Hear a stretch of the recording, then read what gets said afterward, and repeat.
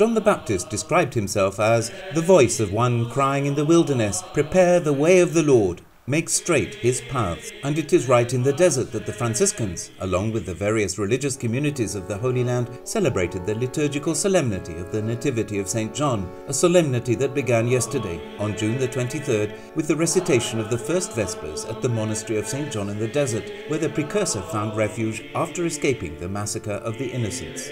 First Vespers were celebrated in the chapel of the monastery by Father Dobromir Jaztal, vicar of the custody of the Holy Land. After the prayer, all present went down in procession to St. John's grotto.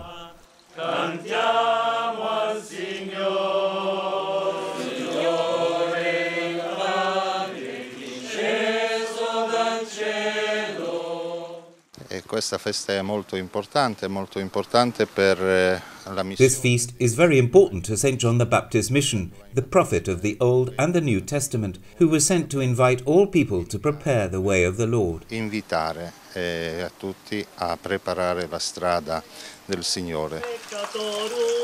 All four Gospels place St. John the Baptist at the beginning of Jesus' ministry, and they present him as Jesus' precursor. St. Luke made the connection between these two figures and their respective missions. In their very conception and birth, Jesus and John are brought into relationship with one another. This morning's Mass was celebrated by Father Pierbattista Pizzaballa, Custos of the Holy Land, at the Church of St. John on the Mountain, a place venerated for the birth of John the Baptist. In his homily, the Father Custos pointed out that the Gospel speaks of awe and wonder when it refers to two births, John's birth and the preparation of the coming of Christ. His name, John, means God's grace. The Custos then continued talking about the infertile couple, the symbol of a tired society, where the word of God was no longer heard. With the announcement of John the Baptist, the season of silence is over and the season of the word begins, so his mission is to precede Jesus and prepare the way for the word.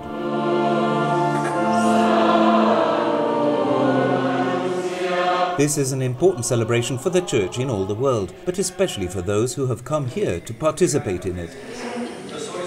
O fato de celebrarmos no lugar de algumas particularidades dessa revelação de Deus, do mistério cristão, isso nos ajuda a mergulhar no mistério.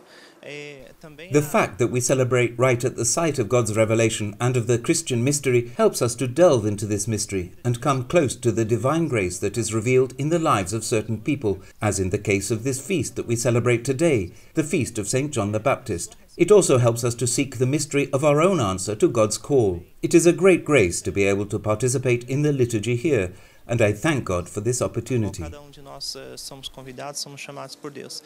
Participar da celebração, da liturgia propriamente no lugar, isso é uma graça imensa e agradecemos a Deus por essa oportunidade. At the end of the celebration, a new reception hall for pilgrims was unveiled inside the Holy Monastery of St. John on the Mountain. On this occasion, the Custos also thanked all those who worked on the project, which will be managed by Father Severino Rubecki. Thank you for our family. In Karem, with its holy sites surrounded by thick woods, is a place that encourages prayer. Gesù stesso spesso si ritirava nei luoghi solitari per avere quel unico rapporto con il suo Padre per pregare. Jesus himself used to withdraw to lonely places in order to have that unique relationship with his Father and to pray. And we too are invited to find these places in our lives, despite everything and despite our worries. This is the right home for prayer, solitude and reflection. It is used by both religious and secular, who from time to time come to pray and reap its benefits. È utilizzato da diversi sia religiosi sia anche laici che di tempo in tempo vengono qui a pregare e sfruttare, usufruire di questo beneficio. Spiritus Sancti descendat super vos et maneat semper.